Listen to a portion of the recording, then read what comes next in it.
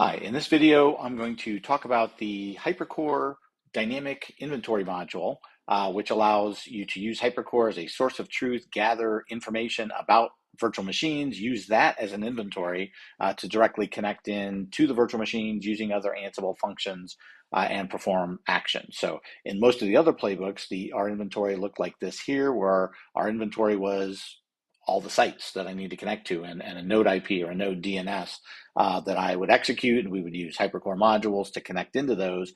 In this demo, this would be kind of the next step. So once you've configured a bunch of VMs, and this playbook example does this, configures a bunch of VMs. In this case, the recent iterations, I actually inject an SSH key so that I have access into these VMs directly.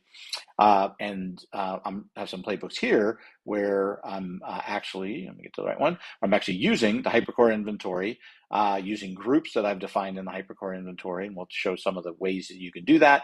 And then I'm connecting directly into these and providing, ping to verify that it's alive, and I can SSH, manage packages, all the things that you can do very easily with Ansible, ABT updates, start a Docker container. And so you can see in this last playbook run, I'm running through an iteration of this playbook. It's going through each of these plays.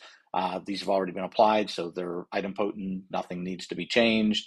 All these guest VMs, and I'm SSHing directly into those to connect, are up and running. And then I even put a little nice thing here where I can link to a web dashboard, and we'll go ahead and unfortunately, it's opening on another screen here, but these applications are up and running and properly configured. So let's go through a couple of steps here. So first of all, recently I did move all of my various inventory files and data into a folder just for easy structure. And actually in my Ansible config, I now just point to that folder. So it actually combines all of these inventories, and that's okay and useful. Let me show you a command here. Let's do inventory. Let's do graph.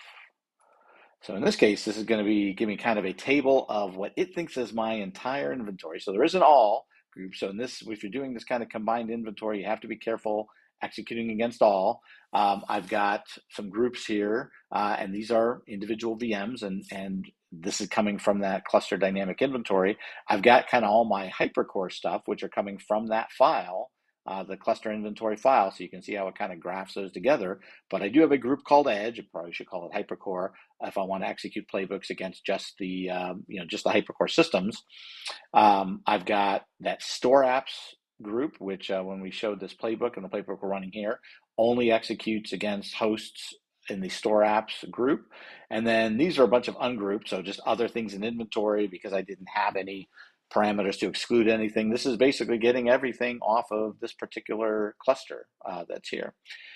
So the store apps group, that's defined using tags and in the inventory. So if I have Ansible underscore group, double underscore any name, that will, when I'm using this as an inventory module, I will have a group here that's using that. And so, for example, the bad VMs, you can see I did the same thing there. So that's how I'm basically passing group information into the inventory so that I can selectively execute playbooks.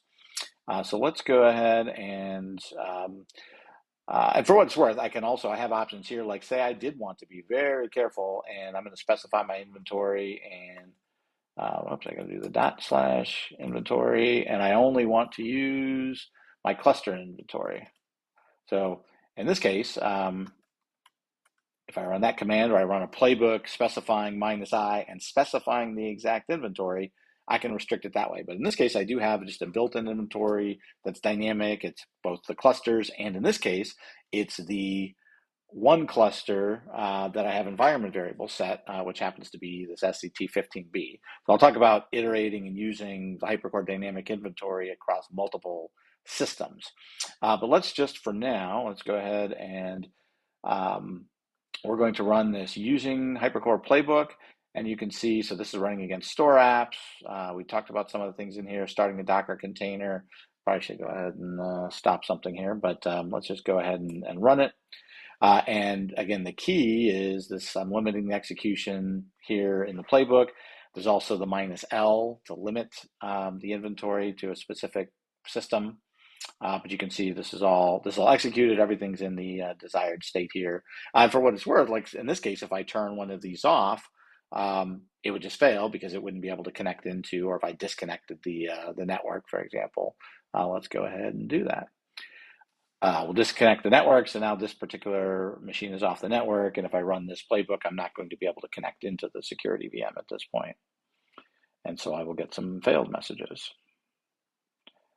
I don't know how long the timeout is. I've not actually run through this part in the demo first. So you can specify Ansible timeouts, things like that, but it might wait and try for a while to connect to these. And because, again, I have these strategy host pinned, it's going to allow it to, on the host, in this case, the VMs that it can execute, it's going to finish. And then, okay, so it did timeout there. So you can get a feel for if I, have a set of things that I want to orchestrate through the HyperCore API, through the HyperCore modules, get the virtual machine configured. Yes, I can do a lot of things with cloud in it, but what about day two? What when I want to do updates? I want to restart containers. I want to add new containers. I want to, apply updates like, APT or install new packages or create new accounts. This is the bridge to let you orchestrate, that. Now, one of the things I'm still working on, I think we'll find a better way to do this. Is, what if you kind of want to do both? And so I do have a example of this. Where we have fleet use HyperCore. All right, so in this case, I'm going to run in this playbook. I guess we should take a look at it. So what this actually does, and I think we'll find a better way to do this, it basically runs an outer playbook here that is operating across HyperCore clusters using the edge group. So it's going to go through all the clusters in this edge group. It's going to, for each one, set the environment variable. So when it executes this task, which is just an Ansible playbook command that I can run at the command line, each time it does that for a particular cluster, it will set the environment, and therefore the inventory when I run this use HyperCore inventory playbook will be the inventory for each cluster. Instead of, in this case, when I run this here, the one environment variable, one cluster that I'm pointing to here. So let's go ahead and execute that. It works, it operates. Go ahead and cancel this. It doesn't bring back the status real well. So let's you'll see this clearly that it's running if I run it with the verbose options here. So again, for this outer playbook, it just has one task, and then that task is running another playbook with the environment variables. And so you see that these are running, you see that these are all coming in okay. However, from this Ansible perspective, it doesn't recognize these, it's just running a task. And so it thinks they all executed and they all did not return an error code, but there's a change. And it doesn't know that actually, well, no, if you looked at each one of these, they were okay. There was no change. So every cluster, all these VMs that I'm managing across all systems in my cluster are okay, and there were no changes here. Otherwise, it would make the changes. I'm sure we'll figure out some better way of doing this kind of fleet-wide VM level iteration. This was just kind of the first pass, and it is functional.